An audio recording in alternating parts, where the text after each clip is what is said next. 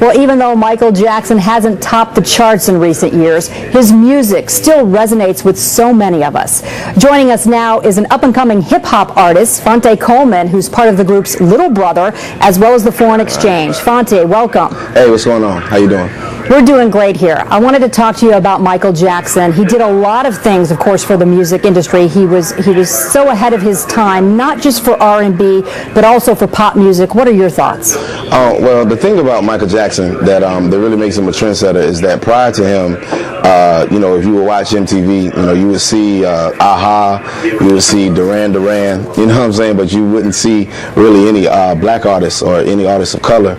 And he was the one to really break through that barrier. So being a young kid, being a music fan and, growing up wanting to do music, to see somebody like Michael Jackson on screen, you know what I'm saying, and to see him on such a huge level, it was really inspiring for kids like me that grew up on his music and had dreams of doing music themselves. And the other thing, Phonte, artistically, he really pushed it. We were used to seeing music videos that were 30 seconds, and then this king comes out with Thriller, and, he does like mini epic movies on MTV. Yeah, he really, just it's easy to write Michael Jackson off as just like a guy that had the glittery glove and could just dance real good or whatever.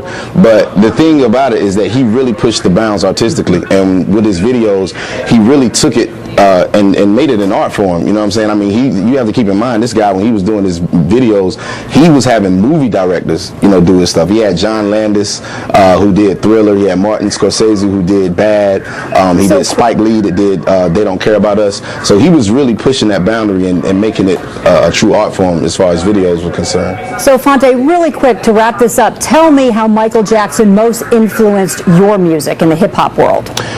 For me, Michael Jackson was my influence. He was my main influence because he was my introduction into music, period. The first album that I ever received was was Thriller. Mm-hmm. And this is back when they used to sell records in the grocery store. Like my grandmother, I was begging her, "Grandma, buy me that record," and she bought it for me. And my mother bought me a record player, and that was my first introduction to music. So cool. There's nothing more I can say other than that. He was my first introduction, and he really paved the way for so many of us. Well, Phonte Coleman, thank you so much for coming to our studios to join us today. Thank you for having us. Thank you.